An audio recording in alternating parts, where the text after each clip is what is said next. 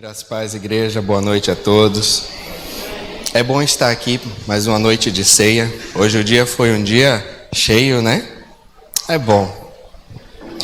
Na época do seminário, nós costumamos estudar, em alguns momentos específicos, sobre os efeitos do avanço do cristianismo diante de uma sociedade. Inclusive, é uma estratégia militar antiga, ao invés de se fazer guerra, enviar missionários para poder entrar na cultura, conhecer as pessoas e mais, para transformar aquela sociedade. Veja que não precisa que todos se convertam. Imagino que vocês vão concordar comigo, para que uma sociedade ela comece a ser transformada à luz do poder de Deus. A gente consegue inclusive mensurar isso. Se aproximadamente 20% de uma região, de uma localização, se converter ao Evangelho, nós já conseguimos ver mudanças nos indicadores socioeconômicos. Os índices de violência eles tendem a cair, a melhoria na qualidade de ensino e por aí vai. Abra sua Bíblia no livro de Filemão. Filemão é um livro pequenininho, fica ali logo antes do livro de Hebreus. Nós vamos ler o primeiro capítulo todo, até porque ele só tem um capítulo, tá? À medida que vocês forem encontrando o texto, vão se colocando de pé, por favor. Se lembre disso à medida que estivermos lendo. O Evangelho, ele transforma a sociedade. Cristo, ele nos transforma, ele nos muda, nos restaura, nos justifica, e ao fazer isso, ele vai transformando tudo ao nosso redor. A sociedade, ela tende a mudar à medida que nós mudamos. Vamos ler juntos, tá?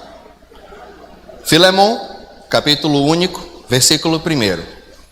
Eu, Paulo, sou prisioneiro por causa de Cristo, com meu irmão Timóteo. Escrevo essa carta a você, Filemão, meu bom amigo e companheiro na obra, e também a nossa irmã Áfia e Arquipo, verdadeiro guerreiro, a igreja que se reúne na sua casa.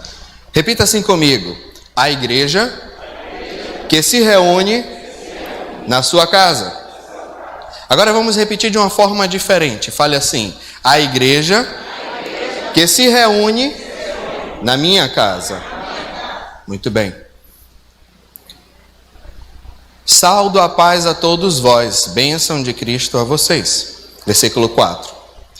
Toda vez que o seu nome é citado em minhas orações, eu digo, graças a Deus. Tenho ouvido que você ultrapassa os demais cristãos no amor, na fé que tem no nosso Senhor Jesus. Continuo orando para que a fé que temos em comum continue a se manifestar nas coisas boas que fazemos e que as pessoas reconheçam a Cristo em tudo isso. Amigo, você não faz ideia de como me sinto bem sabendo deste amor, ainda mais quando vejo sua hospitalidade para com os irmãos. É pensando nisso que eu vou te pedir um favor. Na condição de embaixador de Cristo, agora prisioneiro por causa dele, eu não hesitaria em ordenar, se for necessário, mas prefiro fazer um pedido pessoal. Aqui na prisão adotei um filho, e aí está ele, te entregando pessoalmente esta carta, Onésimo. Antes, ele era inútil para você, agora é útil para nós dois. Eu estou enviando de volta a você, mas com isso me sinto como se tivesse amputado a um braço. Eu queria mantê-lo aqui, enquanto você se esforça aí, livre. Eu aqui dentro por causa da mensagem de Cristo. Mas eu não quis fazer nada sem o teu consentimento e sem obrigá-lo a praticar uma boa ação. Versículo 15. Talvez tenha sido melhor que você o perdesse por um tempo. Você está o recuperando agora, mas com uma vantagem. Não como um simples escravo, mas como um verdadeiro irmão em Cristo. Foi o que ele significou para mim e será muito mais para você. Porquanto, se você ainda me considera um companheiro, receba-o de volta como se estivesse recebendo a mim. Se ele te causou algum dano ou te deve alguma coisa, ponha na minha conta. Esta é minha assinatura pessoal. Paulo. Assumo essa dívida. Não preciso lembrar que você me deve a vida. Preciso, amigo, faça-me esse grande favor. Você fará isso para Cristo, mas também fará bem ao meu coração. 21. Conheço você o bastante para saber que me atenderá e imagino que fará ainda mais do que pedi. A propósito, deixe um quarto preparado para mim. Por causa das suas orações, espero ser seu hóspede outra vez. Epáfras, meu companheiro de cela, na causa de Cristo, manda saudações. Também meus companheiros Marcos, Aristarco, Demas e Lucas. Tudo de bom para você da parte do nosso Senhor Jesus Cristo. Pode se sentar.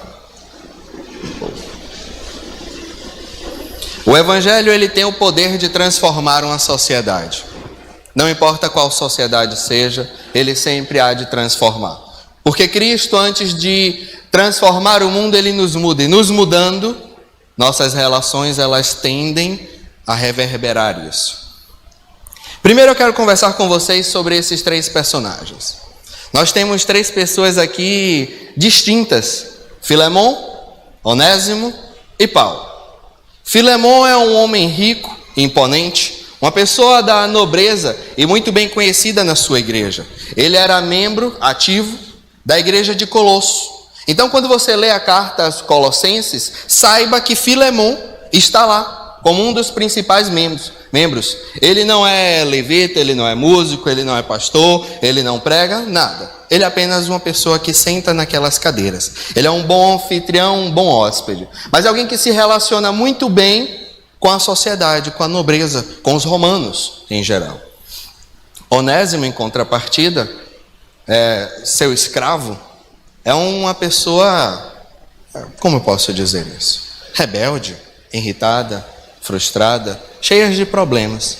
É um escravo que um certo dia, não sabemos o porquê que ele fugiu, sabemos apenas que ele roubou os bens de Filemon e no meio da noite ele foge. Ele tem que percorrer andando quase 50 quilômetros, entrar num barco, atravessar para chegar lá em Roma, lá na Itália. É um caminho longo, é muito esforço. Os motivos que levam a Onésimo fazer esse mal a Filemon e fugir, nós não sabemos. Eu sei que ninguém foge porque está se sentindo bem. Não sei qual era a amargura dele. Não sei quais eram os problemas que eles tinham. Sei que ele foge. Mas Deus é providente de encontros inesperados, né? Paulo, um certo dia, estava pregando em Jerusalém. Ele é contrariado pelos fariseus da época, prendem a Paulo. Ele entra no barco, naufraga, colocam em outro barco algum tempo depois, ele é levado para Roma num percurso que demora alguns meses.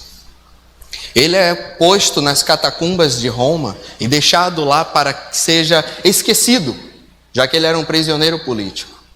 Paulo, ele estava lá preso porque ele, pregando o evangelho, ele perturbou a paz na sociedade. Onésimo estava lá preso porque ele, problemático, quando fugiu, chegou em Roma. Nós não sabemos o que ele fez em Roma. Eu sei que ele acabou sendo preso de novo. Era um rapaz que era problema onde chegava. E por providência divina, nas masmorras e na prisão de Roma, dentro daqueles calabouços escuros e úmidos, eles estão juntos. Não sei quanto tempo eles passam juntos, mas imagino que eles tiveram tempo suficiente para conversar, para trocar fichas, para se conhecer. Paulo, ele tem uma metodologia que é muito interessante. Ele não se importa onde ele está, ele não se importa com quem ele está, ele não se importa com a sua situação. Onde o colocam, ele começa a falar do amor de Deus. Ele começa a falar da cruz de Cristo. Ele começa a anunciar o evangelho da salvação. E ali na prisão, naquele calabouço, é interessante que numa das suas cartas, ele fala, quando ele já está em prisão domiciliar, tem a troca, né, dos soldados que ficam ali fazendo a escolta dele. Ele escreve: os da casa de Roma os saúdam. O que é que ele está nos dizendo? Estão colocando soldado para tomar conta aqui de mim. A cada 8 horas eles têm que trocar e revezar entre eles. E vocês não vão acreditar, eu estou evangelizando todos. Já tem gente se convertendo lá do palácio do imperador, rapaz. Dá para fazer uma igreja com tanto de gente que se converteu lá. E esse é o Paulo. É o Paulo que prega o evangelho de Deus a tempo e fora de tempo. Ele não mede os seus esforços. Por isso que ele escreve: não me envergonho do evangelho de Deus, porque este sim tem poder para transformar. Por algum motivo de providência divina, Onésimo e Paulo acabam juntos. Paulo faz o que sabe fazer de melhor. Fala de Cristo para o cara se converte e ele começa a chamar de filho na fé. E como todo processo, e hoje é noite de ceia, todo processo inicial da salvação, Paulo começa a ensinar as lições mais duras e importantes do evangelho e do reino de Deus para aquele homem. Onésimo, você precisa voltar para resolver suas pendências. Você precisa fazer o caminho de restauração de volta. O que ficou aberto lá atrás, você precisa voltar e corrigir. E mais, Paulo, ele naqueles diálogos ali entre eles dois, ele percebe uma coisa interessante. Onésimo, seu maior inimigo é meu amigo.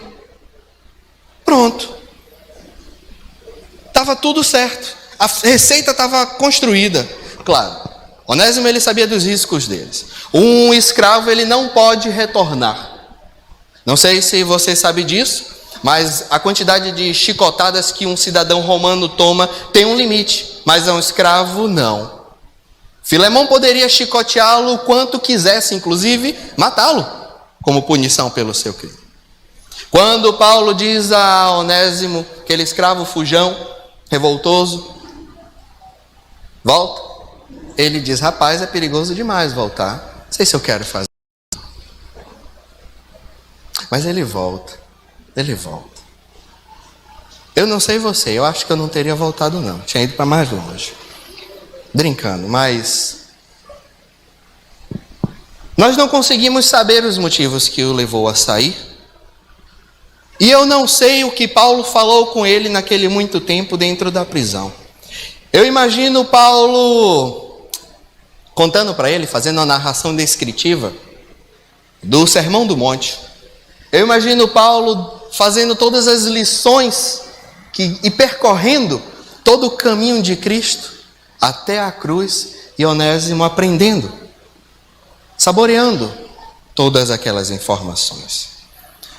Os sentimentos da escravidão, eles podem ser muitos, tá? Onésimo pode estar se lembrando das correntes, das tristezas, da amargura, do sofrimento, do trabalho imposto, da raiva. E Paulo, ele fala uma coisa na carta interessante. Ele fala assim: Filemão, esse homem um dia foi inútil para você.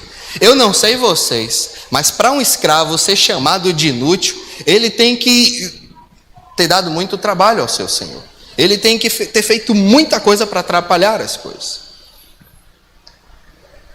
Servindo a Paulo ali na prisão, por aquele período em que eles estiveram juntos, talvez ele tenha encontrado um pouco do senso de realização. Paulo chega a falar assim: estou te mandando ele, mas é como se eu estivesse perdendo o meu braço. Porque aqui, para mim, ele tem sido tão útil. Ele se tornou uma pessoa tão boa. Jesus tem o transformado ao ponto de que eu quero ficar com ele perto de mim. Ver pessoas que outrora eram rejeitadas pela sociedade, que não eram quistas por ninguém, e em algum momento a gente fala assim: esse cara aqui, que está aqui com a gente na igreja, que vai para os encontros com a gente, não, esse aqui é como Onésimo, esse aqui Jesus já transformou. Veja que há possibilidades, há uma segunda chance para todo mundo, e em Jesus apenas ela. Esse escravo, fugitivo e infeliz, faz sozinho o caminho de volta. E a fé de Paulo, ela é tão intrigante, ela é tão interessante, que Paulo, na carta, ele fala assim: olha, Filemon, você é uma pessoa muito hospitaleira, não é? Prepara um quarto para mim. Paulo não sabia. Ele nunca iria sair daquela prisão. Ele iria conseguir melhorar as condições dele dentro da prisão, mas sair, não mais. Aquela prisão era a prisão que ele ficaria até o final de sua vida, até o dia da sua decapitação. E nós sabemos o final dessa história. Nós sabemos que Filemon perdoou a Onésimo e não o recebeu como a um escravo, como a um servo. Ele o recebe como quem recebe um irmão.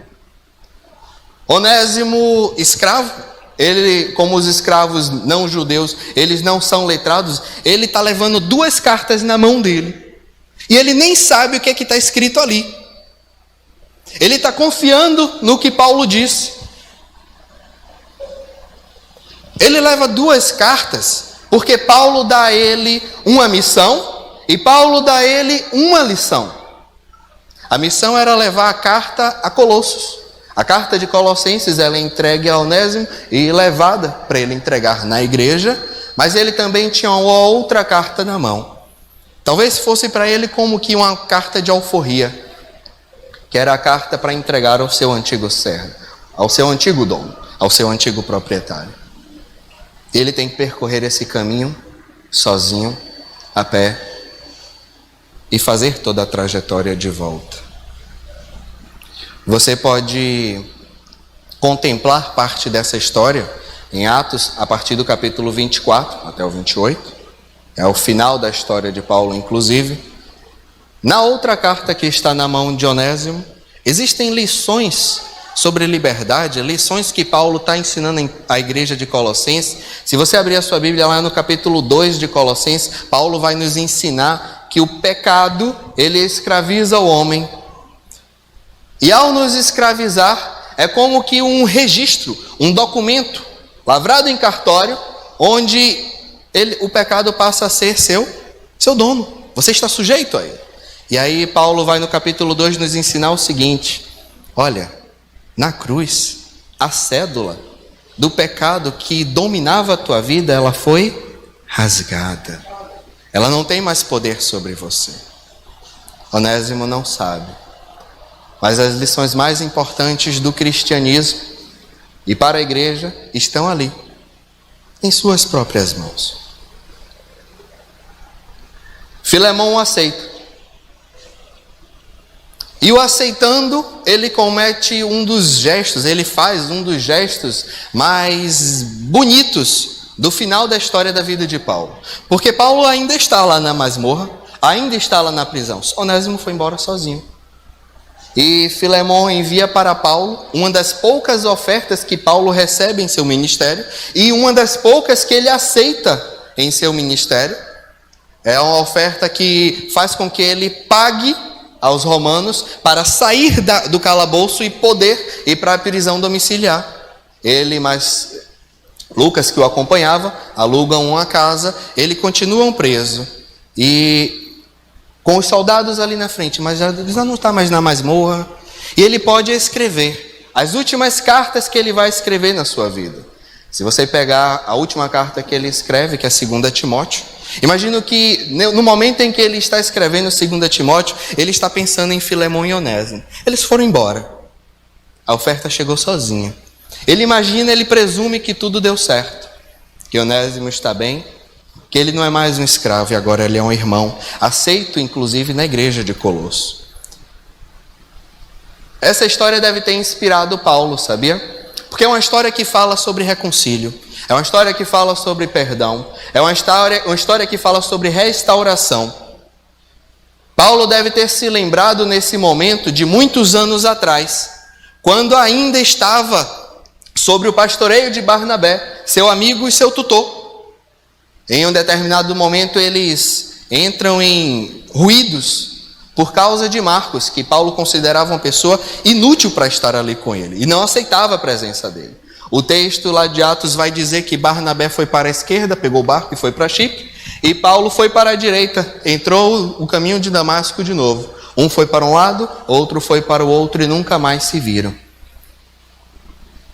E nesse momento, em prisão domiciliar, nos últimos dias da sua vida, Paulo deve ter pensado: se houve restauração entre Onésimo e Filemon, talvez haja restauração entre mim e Marcos. E aí lá no último capítulo de 2 Timóteo, Paulo escreve assim: Timóteo, passa em minha casa, pega os meus livros, pega a minha capa e traz Marcos, porque ele me é muito útil para o ministério. No final da sua vida, o que ele está tentando fazer? Pedir perdão. Veja que o homem passado de ministério, que já tinha entregado o cajado, ainda estava cumprindo nele os ensinos e as lições de Cristo. Eu imagino que essas lições sejam as lições mais difíceis. Porque quando eu vejo essa história, eu vejo em Onésimo a mim mesmo. Quando eu estou irritado, quando eu estou infeliz, quando eu estou rebelde, quando eu quero fugir. Em muitos momentos nós somos como Onésimo. E das tantas fugas que fizemos na vida, com tantos caminhos de voltas precisamos fazer por causa do amor de Cristo que nos constrange. No mesmo livro de Colossenses, Paulo nos ensina que Cristo nos liberta, primeiro do jugo do pecado, mas Ele também nos liberta do medo, da culpa, da insegurança e, por que não dizer, da morte eterna. O versículo que mais me chama a atenção, eu já estou perto de concluir, pastor, que mais me chama a atenção nesse livro, a semana passada a pastora recebeu um presente muito bonito, um devocional. E eu abri no devocional do dia, estava lá, Filemon, versículo 2, exatamente na parte em que eu pedi para vocês recitarem, onde Paulo diz: saúda aos que se reúnem na casa daquele homem. Onésimo tinha uma igreja agora, ele tem uma igreja agora, ele tem com quem ceiar, mas mais importante do que isso, aquela casa onde ele foi enviado de volta também é uma igreja. Eu vim aqui hoje para te lembrar, depois de passearmos por toda essa história, é que essa igreja ela é muito bonita, nós gostamos sim de todos os meses estarmos aqui juntos para ceiar, mas a primeira igreja a qual Jesus nos destina é a nossa casa. Quando Paulo escreve a igreja que se reúne na tua casa, Filemon, eu me lembro, a minha casa é uma igreja também. Aos homens, aos sacerdotes, eu quero lembrar-te, você como sacerdote e provisor, você é responsável pela vida espiritual daquelas pessoas que estão ali diante do mesmo teto de você. Congregar aqui é mais fácil, eu sei disso. Porque a gente vem para a igreja, a gente passa o que aqui? Uma média de 3-4 horas por semana no máximo, não é isso? Nessa média? Congregar em casa não, a gente passa o dia todo lá. A gente dorme, a gente acorda. E aquelas pessoas, elas congregam com a gente também. E mais, nós temos que ceiar com elas, temos que comungar com elas. E Paulo disse: olha, as pessoas estão falando da sua fé, mas eu não estou falando dos que estão lá na igreja contigo, não. São os que estão na tua casa. Cristo é visto através da tua família. Eu sei que a lição sobre perdão e sobre restauração é uma das maiores lições que nós aprendemos na cruz, mas eu quero te lembrar hoje que antes de Deus instituir a igreja, Ele institui a família. E é o lugar mais difícil da gente congregar, porque é o lugar mais difícil da gente perdoar, sabia? E agora Onésimo pode ceiar. E hoje nós poderemos ceiar. Porque nós também podemos ceiar com os nossos, com a nossa família, com a nossa casa. Se nós fôssemos passear pela Bíblia, eu poderia pegar vários textos, eu poderia começar por Jó, que como sacerdote sacrificava pelos filhos. Eu poderia voltar um pouco mais a Josué, que instituiu o culto dentro da sua casa. Ele chegou a dizer: eu e a minha casa serviremos ao Senhor. O que vocês fazem eu não sei, mas a minha família é do Senhor. Quando Jesus entra, ele entra para trazer salvação não para um, mas para todos. Uma vez eu cheguei a dizer isso a um adolescente, no dia que se converteu: Deus está te salvando, mas porque Ele quer salvar a tua família inteira. Ele nunca nos salva só. Quero pedir ao pessoal do louvor para se posicionar, eu já estou encerrando. E eu quero, nesse momento, te convocar para orar. A gente não vai sair por aqui agora e buscar o caminho de volta com todos. Não dá tempo da gente ir e voltar, mas a gente pode orar. A gente pode colocar diante de Deus. Eu sei que enquanto eu falava, a memória de vocês foi buscar um bocado de situação mal resolvida, mas que eu sei que Deus precisa trabalhar nessas situações. Há muita pendência da parte de Deus a ser resolvida em nossas vidas, e hoje, como é noite de ceia, ela é noite de perdão e ela é noite de restauração.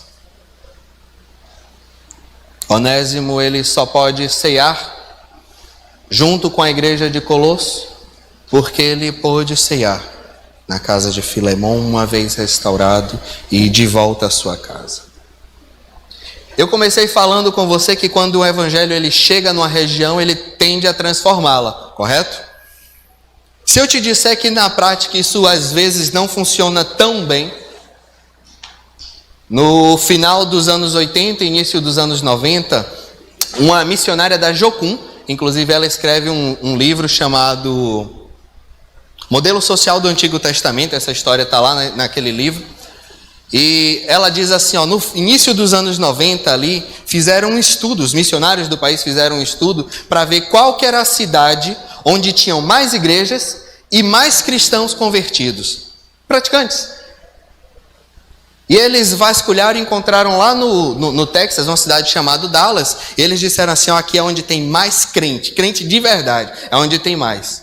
E os missionários já ficaram até felizes, então eles disseram assim, então lá é onde vamos encontrar menores taxas de roubo, violência, melhor ensino, coisas desse gênero. Mas na verdade o que eles encontraram foi exatamente o contrário. Eles encontraram a cidade onde tinha a maior taxa de violência doméstica do país. Encontraram taxas absurdas de violência urbana e um baixo índice de qualificação na educação. Fizeram uma reunião com os pastores da cidade, os principais pastores, e perguntaram por que isso acontece. Eles responderam, não é da nossa conta, nós não temos nada a ver com isso. Eu fico indignado e tendo a dizer, é sim da nossa conta. Porque Cristo em nós precisa transformar onde nós chegamos. Paulo, na prisão, em seus últimos dias de vida, estava transformando, por que não dizer, cidades inteiras. Assim como ele pôde e teve permissão para alcançá-las. Isso precisa acontecer conosco também. Jesus, ele não nos planta para não dar frutos. Muito pelo contrário.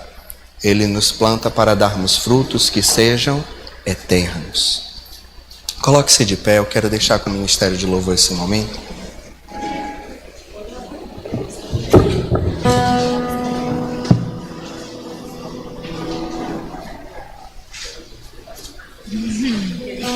Abaixe a sua cabeça. Eu quero orar com você.